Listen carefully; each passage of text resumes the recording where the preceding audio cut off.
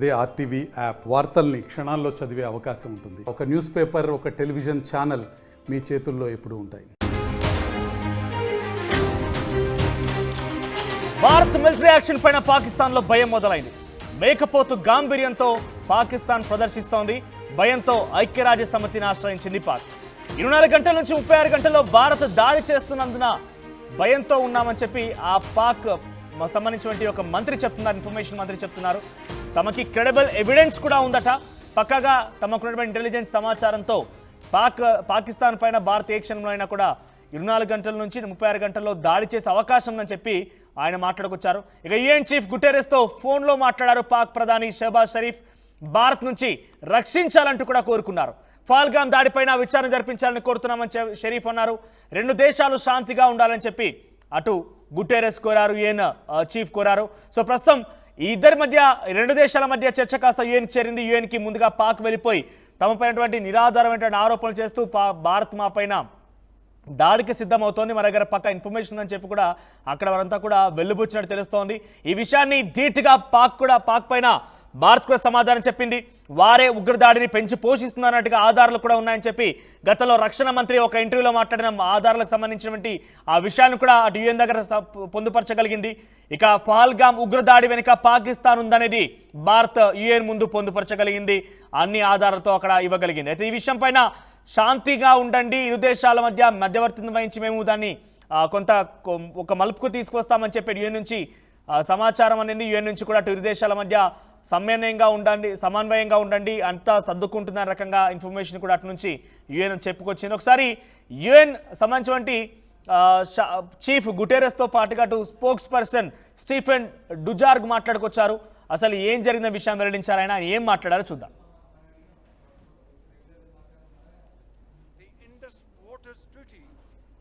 Would be responded to with full phone calls this morning. He spoke separately by telephone with Mohammad Shahbaz Sharif, the Prime Minister of the Islamic Republic of Pakistan, and he also spoke earlier in the day with Subramanyam Jaishankar, the Minister of External Affairs of the Republic of India.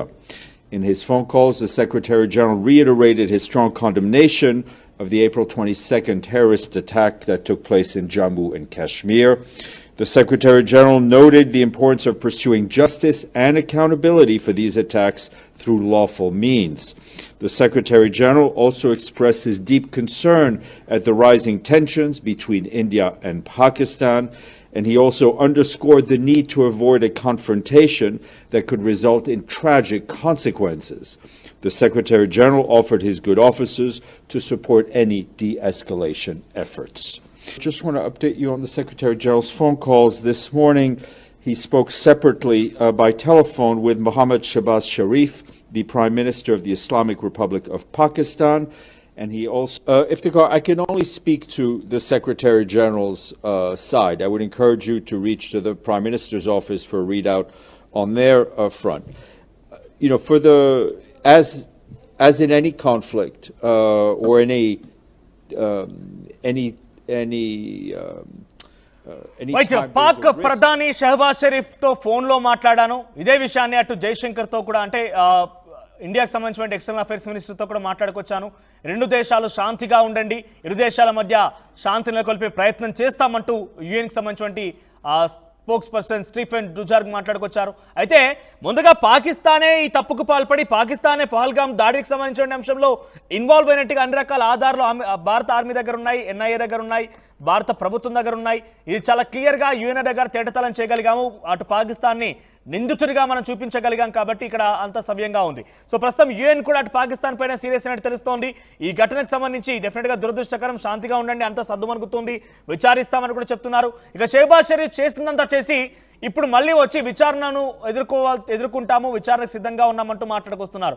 Shehbaz Sharif 2 నాలుకల ధోరణి కొంత హాస్యాస్పదంగా ఉంది, అనుమానంగా కూడా ఉంది. కావాలనే అక్కడ ఆయన రెచ్చగొట్టే వ్యాఖ్యలు కూడా చేస్తున్నట్టు కనబడుతోంది.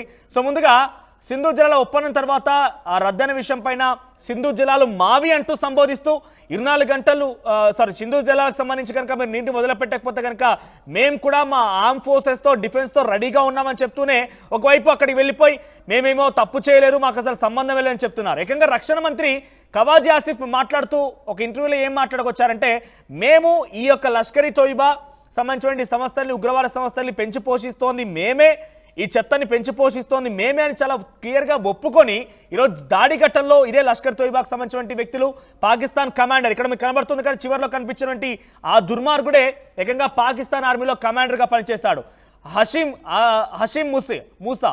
సో హషీం మూసా అటువంటి ఈ వ్యక్తి అక్కడ పాకిస్తాన్ ఆర్మీలో కమాండర్గా పనిచేసి లష్కర్ తోయిబాకి ఒక ఉగ్రవాదిగా మారిపోయి అక్కడి నుంచి మళ్ళీ ఇప్పుడు టీఆర్ఎఫ్లో కూడా కీలకంగా ఉన్నారు. అంటే టీఆర్ఎఫ్ అంటే resistance force.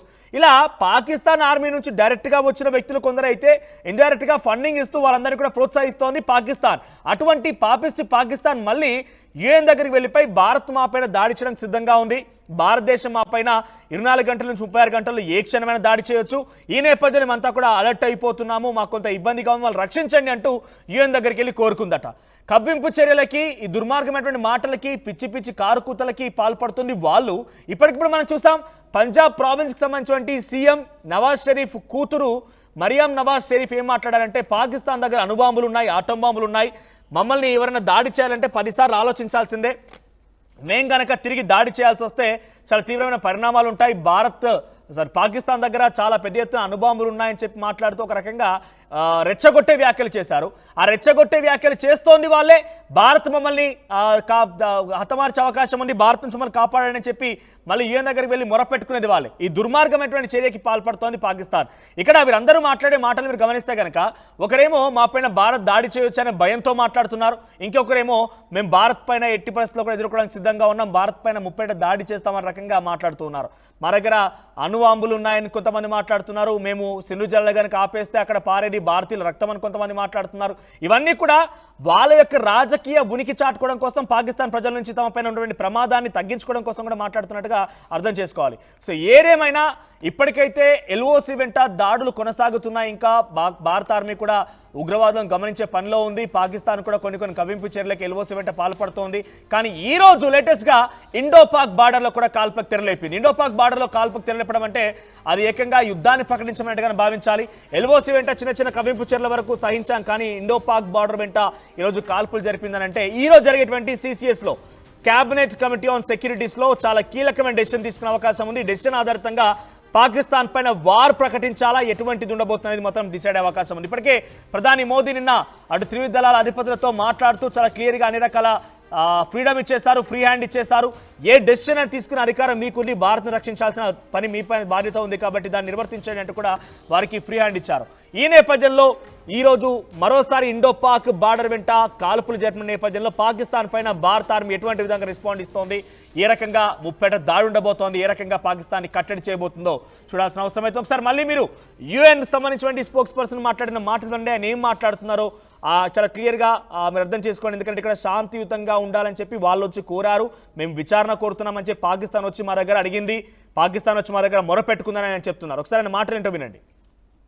Just want to update you on the Secretary General's phone calls this morning. He spoke separately by telephone with Mohammad Shahbaz Sharif, the Prime Minister of the Islamic Republic of Pakistan, and he also spoke earlier in the day with Subramanyam Jaishankar, the Minister of External Affairs of the Republic of India. In his phone calls, the Secretary General reiterated his strong condemnation of the April 22nd terrorist attack that took place in Jammu and Kashmir. The Secretary General noted the importance of pursuing justice and accountability for these attacks through lawful means.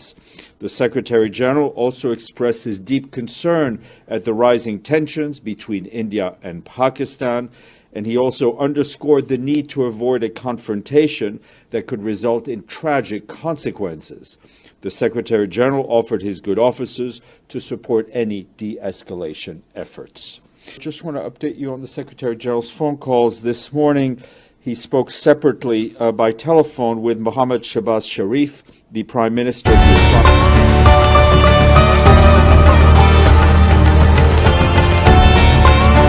ఈ అక్షయ తృతీయకు నా హృదయపూర్వక offer. మీ లలిత వారి ఇప్పటికే ఉన్న తక్కువ తరుగులో 1 కాదు ఇంకా 2%, 3% తక్కువ. వజ్రాభరణాలు క్యారెట్ కు 6,000 తక్కువ. మరిన్ని వీడియోస్ కోసం ఛానల్ ని సబ్స్క్రైబ్ చేయండి. లేటెస్ట్ అప్డేట్స్ కోసం వాట్సాప్ ఛానల్ ని ఫాలో చేయండి. అండ్ లింక్ డిస్క్రిప్షన్ లో ఉంది.